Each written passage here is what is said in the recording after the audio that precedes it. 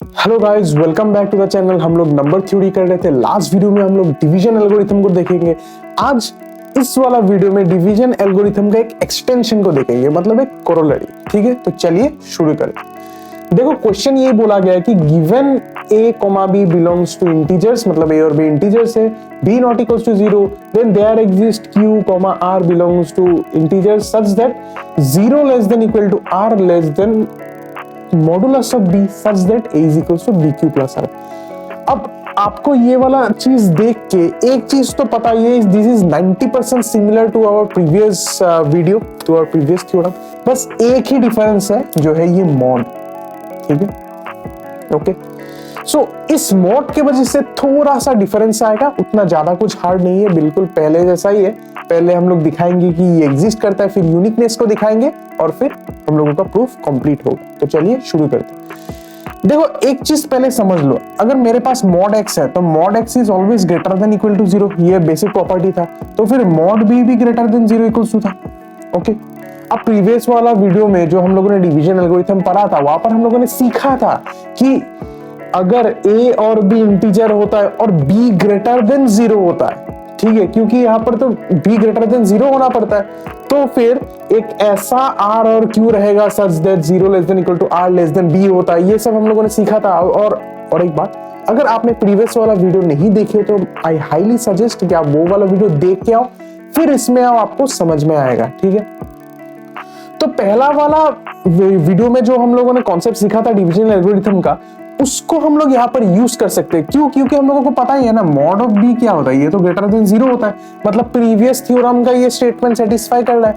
तो हम लोग लिख सकते हैं by division algorithm for q1 and r belong to integers, मतलब हम लोगों ने दो इंटीजर लिया, एक q1 और एक r, और ऐसे लिख सकते हैं mod b q1 plus r। अब तुम लोग मॉड बी सर यहाँ पर आपने क्यों दिया? क्योंकि b के जगह में इस बार कौन है? इस बार तो मॉड बी है, और मॉड बी तो ग्रेटर देन 0 होता है, तो फिर ये तो कंडीशन सेटिस्फाई कर रहा है डिवीजन एल्गोरिथम का, तो इसको हम लोग यहाँ पर यूज कर सकते हैं। अब देखो, यहाँ पर आएगा 0, यहाँ पर आएगा r, यहाँ पर आएगा मॉड बी बराबर। ये तो एकदम बेसिक स्टेटमेंट हम लोग यहाँ पर अप्लाई किया है पिछला थ्योरम का। ठीक है, अब देखो, अब खेल होने वाला है। मॉड x का डेफिनेशन क्या था? ये प्लस x होता है जब x greater than equal to 0 होता है, और माइनस x होता है जब x लेस देन 0 होता है। बेसिकली ये प्लस माइनस x होता है, क्योंकि दो ही वैल्यू देता है ना, पॉजिटिव x देगा या फिर नेगेटिव x देगा।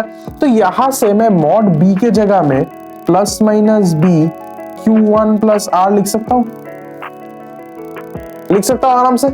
अब देखो, इस प्लस माइनस को मैं अंदर घुसा देता हूं, तो b plus minus q1 plus r होगा, ऐसा कुछ होगा।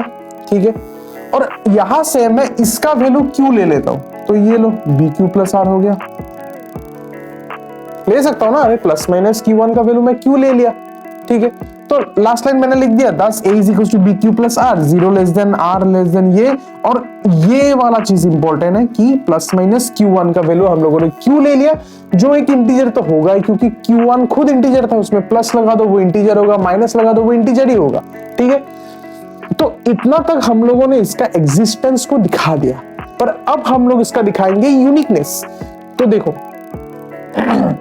तो हम लोगों को दिखाना है कि Q और R जो है ये यूनिक होता है, तो इसलिए हम लोग यहाँ पर कौन सा टेक्निक यूज करेंगे, जो टेक्निक पहले भी यूज कर चुके, दैट इज कॉन्ट्राडिक्शन यूज करेंगे।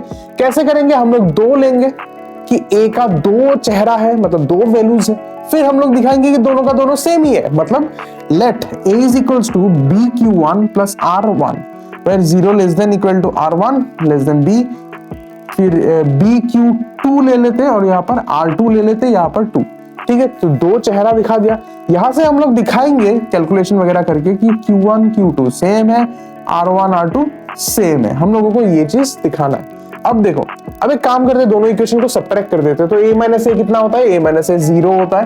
ठीक है, और राइट हैंड साइड में क्या होगा? b कॉमन हो जाएगा, और यहाँ पर q1 माइनस q2 होगा प्लस r1 माइनस r2 होगा, बराबर। एकदम इजी चीज है, r माइनस r2 कर दो, खत्म। अच्छा, अब देखो, अब इसको मैं आइसोलेट करता हूं तो इसको मैं उधर ले जाता हूं, तो ऐसा कुछ होगा, r1 minus r2 is equals to minus b q1 minus q2, ऐसा कुछ होगा। सिंपल, इसको मैं इस चीज को उधर ले गया, इक्वेशन कैसे रोटेट कर दिया। ठीक है, अब दोनों तरफ मैं मॉड ले लेता हूं, तो mod of r1 minus r2 यहाँ पर mod of minus B, mod of minus B मतलब बी ही होगा, ठीक है, मॉड का प्रॉपर्टी था ना, mod of minus X is equals to mod of X, okay. और यहाँ पर हो जाएगा mod of Q1 mod Q2। अब और एक भी प्रॉपर्टी था कि मॉड ऑफ दो चीज मल्टीप्लाई हो रहा है तो सेपरेटली मॉड लगा के हम लोग उसको मल्टीप्लाई कर सकते हैं, ये भी प्रॉपर्टी था, ये भी यहाँ पर यूज हुआ, ठीक है। अब देखो इसको हम लोग पॉइंट नंबर 3 बोल के मान लेते, इसको बाद में यूज करेंगे। अब बोलोगे 3 क्यों, क्योंकि 1 और 2 यूज करेंगे अभी। देखो अब लेते हैं इन दोनों प्रॉपर्टी, इन दोनों प्रॉपर्टी को अब यूज करते हैं। Now 0 less than equal to r less than, यहाँ पर r1 होगा, पहला वाला प्रॉपर्टी लिखा तो इसको इक्वेशन नंबर 1 दे दिया, तो दूसरा वाला प्रॉपर्टी ले लिया, ठीक है, 0 less than equal to r2 less than mod b। अब एक चीज अच्छे से देखो, समझो, ठीक है, यहां पर करते हैं, अच्छे से समझना। अगर 2 लेस देन मॉड 3 होता है तो दोनों तरफ माइनस लगाने से -2 ग्रेटर देन माइनस मॉड 3 होगा, और इसको मैं ऐसे लिख सकता हूँ माइनस मॉड 3 लेस देन -2, इसको मैं ऐसे लिख सकता हूँ ना, 2 लेस देन मॉड 3 तो उल्टा हो जाएगा माइनस लगाने से। ये सब मॉड का प्रॉपर्टीज होता है और इनइक्वालिटीज का प्रॉपर्टीज होता है। तो इसी प्रॉपर्टी को मैं अगर यहाँ पर यूज करूँ तो कुछ ऐसा होगा, minus of mod B is less than minus R, और 0 के सामने r2 होगा, 0 के सामने माइनस लगा तो बात एक ही होता है, ठीक है। इसको हम लोग इक्वेशन 2 मान लेते हैं, क्लियर। अब इक्वेशन 1 और इक्वेशन 2 को प्लस कर देते हैं, तो 0 माइनस मॉड बी तो ये माइनस मॉड बी ही होगा, मिडिल में r1 माइनस r2 तो ये r1 माइनस r2 हो गया, mod b plus 0 mod b ही होगा, ओके। अच्छा अब याद करो एक प्रॉपर्टी था कि अगर mod x less than a होता है तो वाइस वर्सा क्या होता है, minus a less than x less than a। मतलब हम लोग यहां से यहां भी जा सकते हैं, यहां से यहां भी जा सकते हैं, ठीक है। Mod x less than a होता है तो minus a less than x less than a होता है, ओके। तो ये वाला राइट हैंड साइड को देखो और अब इसको देखो, देखो दोनों सेम हो रहा है कि नहीं।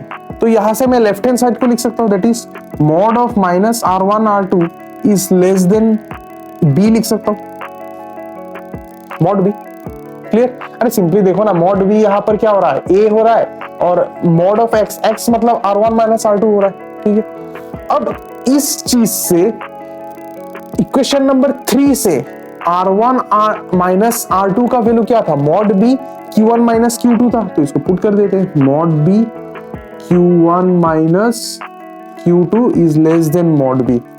अब एक चीज तुम देख सकते हो कि मॉड b तो कैंसिल आउट हो जाएगा क्योंकि दोनों पॉजिटिव है, mod b is positive so symbol change नहीं होगा, अगर नेगेटिव होता तो सिंबल चेंज हो जाता, ठीक है। तो यहां से मैं लिख सकता हूं q1 minus q2 is less than 1, q1 minus q2 is less than 1।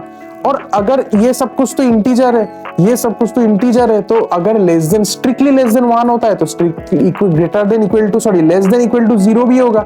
अरे सब कुछ तो इंटीजर से हम लोग काम कर रहे हैं, डेसिमल का कोई बात ही नहीं है, ऐसा की नहीं कि ये 0.5 के साथ इक्वल होगा। और अगर कुछ चीज का mod less than equal to 0, अब मॉड तो लेस देन हो ही नहीं सकता क्योंकि हम लोगों ने पहले स्टेट किया था कि ये ग्रेटर देन 0 होगा, पर यहाँ पर बोला गया ये लेस देन इक्वल टू 0 होगा, लेस देन तो हो नहीं सकता है, तो बचा कौन, इक्वल टू। तो यहाँ से मैं लिख सकता हूँ q1 minus q2 is equals to 0, और यहाँ से हम लोगों को मिल गया q1 is equals to q2, so therefore q1 is equals to q2 हम लोगों को मिल गया। अब इस वैल्यू को लेके अगर हम लोग यहाँ पर पुट करेंगे तो ये क्या बन जाएगा, ये 0 बन जाएगा, मतलब पूरा राइट हैंड साइड 0, तो r1 minus r2 is equals to 0, तो r1 is equals to r2 भी मिल गया। तो यही तो प्रूफ करना था हम लोगों को। तो यहां से हम लोगों को क्या पता चला, यहां से हम लोगों को ये पता चला कि q और r जो हो गया दे आर यूनिक, क्लियर। तो यही था प्रूफ। अगर आपको वीडियो अच्छा लगा तो वीडियो को लाइक करना, चैनल को सब्सक्राइब करना और अपने दोस्तों के साथ शेयर करना जिनको नंबर थ्योरी समझने में दिक्कत होता है। आज के लिए इतना ही, हम लोग और भी वीडियो लाएंगे, स्टे ट्यून्ड।